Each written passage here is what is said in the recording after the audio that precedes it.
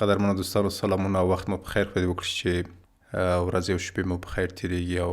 له کتابونو سره مل اوسئ. پر کتابونو د بحث په دوام دا ځل هم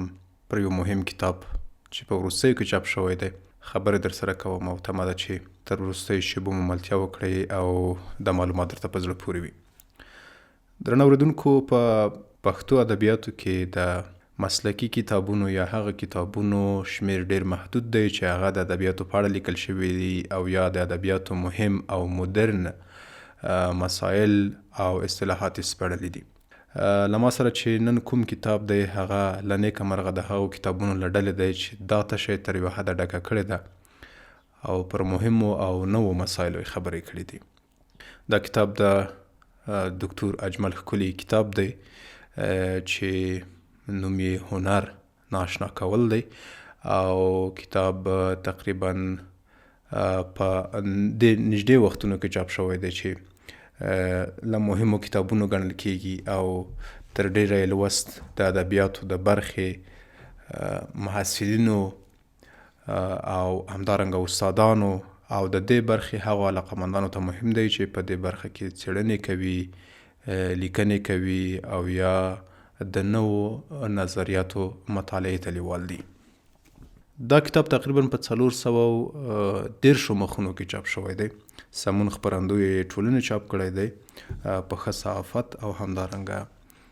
په لوړ کیفیت چاپ شوی دی. د کتاب کمپوز او ډیزاین خورا په ښه توګه تر سره شوی دی او موضوع ته مناسب دی. د کتاب نوم هنر ناشنا کول دی چې په حقیقت کې دا د همدې کتاب د یوې برخې یا د یوې مقالې نوم دی یا عنوان یې دی چې د فورمالستانو یو مهمه نظریه ده او د دې کتاب په دې نامه کې ډېرې خبرې دي ځکه دا په اساس کې یا په اصل کې د یوې مهمې نظریې سپړنه ده ځکه فورمالستان یا هغه کسان چې د ادبیاتو په اړه د دودیزو بحثونو مخالف وو او دوی د ادبیاتو مطالعه خورا دقیقه غوښتله، نو دوی یوه نظریه رامنځته کړه چې هغه فورمالیزم نومېدله چې موږ شکل پالنه هم ورته ویلی شي. دوی د ادبیاتو پر شکل باندې ډېر ټینګار کوه، د ادبیاتو پر بڼه یې ډېر ټینګار کوه او دوی په دې باور و چې د ادبیاتو دغو بڼو یا شکلونو یا قالبونو ته درناوی او د هغې عملي کول د دې سبب ګرځي چې متن معنا پیدا کړي او متن یو ادبي ماهیت ته ورسیږي. نو د دوی په خبرو کې یوه مهمه مسله هغه د ناشنا کولو مسله و. دوی ویل چې ادیبان یا شاعران او لیکوالان دوی هڅه کوي چې آشنا ژبه یا آشنا ادبیات یا آشنا کلمات څه کړي هغه ناشنا کړي او په دې توګه زمونږ ادراکي احتیاط چې دی چې مونږ له کومې ژبې سره عادت یو هغه اوړي او د دې سبب ګرځي چې انسان ته خوند ورکړي او یا ناشنا کلمې. فرض کړئ زه که دا په واضح توګه یا داسې په خلاصه توګه ووایم، مونږ چې عادي ژبه کاروو فورمالستان دا وایي چې هنر په ژبه باندې ولاړ دی، ادبیات په ژبه باندې ولاړ دی او مونږ چې کله غواړو ادبیات توضیح کړو، تحلیل یې کړو، نو مونږ باید ژبه وسپړو او ژبه تحلیل کړو، ژبه توضیح کړو ځکه دوی ژبه او کلمات د ادبیاتو لپاره وړه اجزا بولي او دوی په دې باور دی چې د دې اجزاو ترمنځ همغږي د ادبیاتو د معنا سبب ګرځي. نو موږ په عادي ژبه کې چې کله کلمات کاروو، قیدونه پر خپل ځای کاروو، مثلا وینا مو یا خبرې مو واقعیتونو ته نږدې وي، په واقعیتونو ولاړې وي، ګرامر مراعاتوو، د ژبو کیفیت د کلماتو هغه کیفیت چې کوم دی هغه مراعاتوو او نه غواړو چې ابهام رامنځته شي او یا مو له خبرې سوء تفاهم رامنځته شي. خو کله چې موږ دا ژبه ادبیاتو ته راوړو، همدا کلمات ادبیاتو ته راوړو، هلته بیا مثلا شعر ته یې راوړو، هلته بیا ګرامري قاعدې ماتوو، هلته مثلا عدد او معدود، صفت او موصوف، تشبیهات موږ جوړوو، سمبولونه جوړوو، یعنی هغه عادي ژبه، آشنا ژبه او هغه روانه ژبه چې موږ په عادي ژوند کې کاروو هغه د هنر په وسیله موږ ناشنا کوو. همدا ناشنا کول موږ ته ادبیات په زړه پورې کوي او موږ ته د داسې یوه انګیزه راکوي چې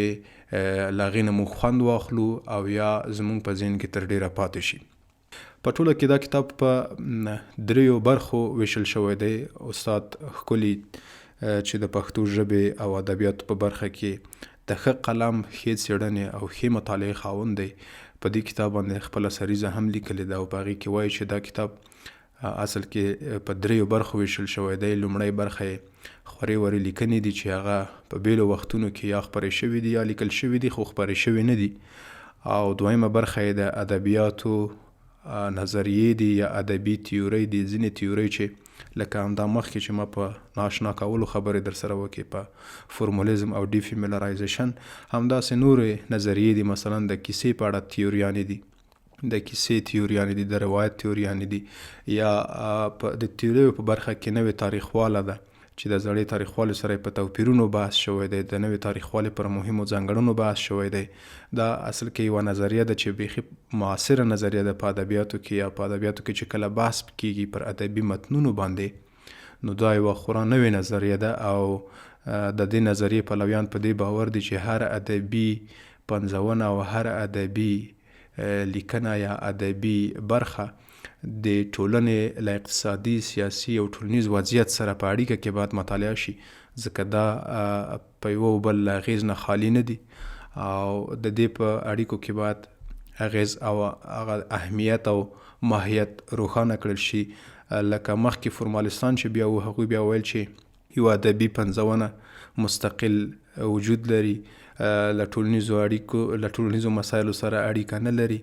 د لیکوال له ژوند سره اړیکه نه لري. اما نوې تاریخواله بیا د دې برعکس ده، هغه وایي چې د لیکوال له شاوخوا پیښو سره د هغه پنځونه، د هغه فکر او د هغې مفکوره، د هر څه چې دي اړیکه لري او په دې اړیکه کې باید ولوستل شي. د کتاب دریمه برخه چې ده هغه د استاد ښکلي ځینې نقدونه او کرکتنې دي چې پر ځینو آثارو شوي دي. مثلا په دې کې نړیوال آثار هم شته دي او کورني آثار هم شته دي. مثلا پر نازو ناول چې یو داخلي اثر دی، یوه کرکتنه شوې ده. همدارنګه مسخه ناول چې د فرانسیس کافکا مشهور او نړیوال اثر دی، پر هغې باندې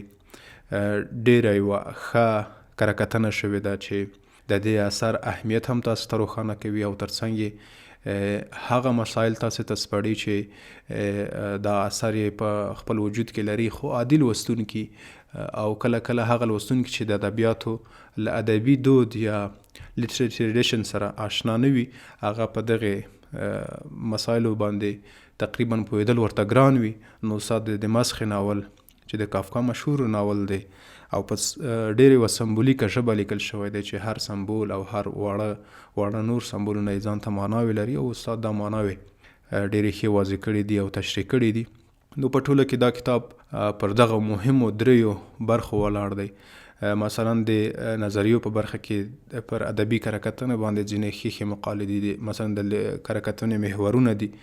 چې کرکتنه کوم محورونه لري. په هغې کې موږ تاسو ته معلومه ده چې کرکتنه په اصل کې په ټوله کې 3 مهم محوره لري چې لوستونکی دی، اثر دی او لیکوال دی. نو په دغې باندې خبرې کړي دي چې د کرکتنې کوم مکتبونه پر لوستونکي تمرکز لري، کوم مکتبونه پر پنځونه متمرکز دي او کوم مکتبونه د کرکتنې هغه بیا پر لیکوال متمرکز دي. مثلا فورمالیزم چې مخکې موږ بر باندې خبرې وکړې، هغه تر ټولو ډیر تمرکز پر اثر کوي، پر پنځونه متمرکز دی. مثلا ارواپوهنیزه کرکتنه ده چې هغه بیا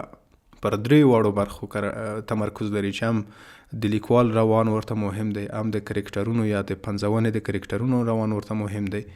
او هم بیا بیرته پر لوستونکي د هغې اغیز ورته مهم دی چې ریډر ریسپانس کرکتنه هم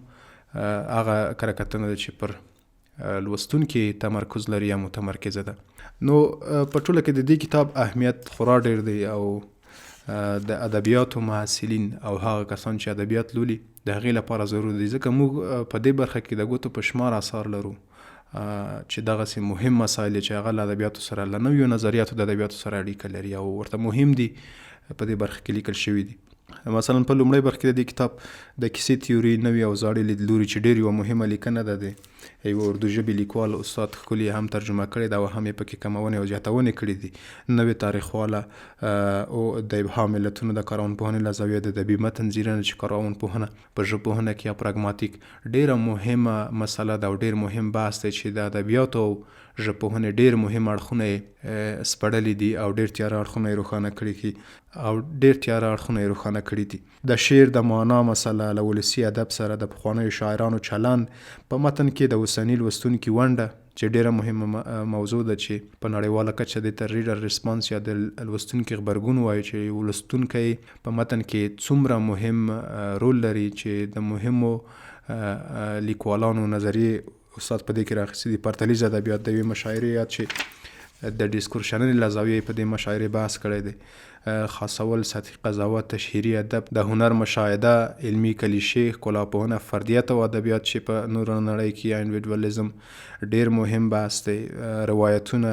یا نریشن چې نوی معاصر بحث دی او هغه کسان چې په دې برخه کې علاقه لري ښه ده چې ویل ولي. ډیوه، اور او اوبه، رومانسیزم، ریالیزم، فوتوریزم، هنر، ناشنا کول چې همدغه د کتاب نوم هم دی او هلته یوه ډیره مهمه مقاله ده. نوی شعر، زموږ د کره کتنې ستونزې چې د استاد یوه ډیره ښه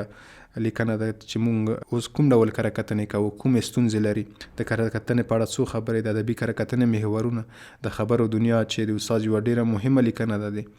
استاد اسدالله غضنفر او نجیب منلي پر کتاب د ادبیاتو دنیا پر کتاب باندې کړی ده او د هغې ځینې مسایل یې راسپړلي دي او پر ښېګڼو غږېدلی دی.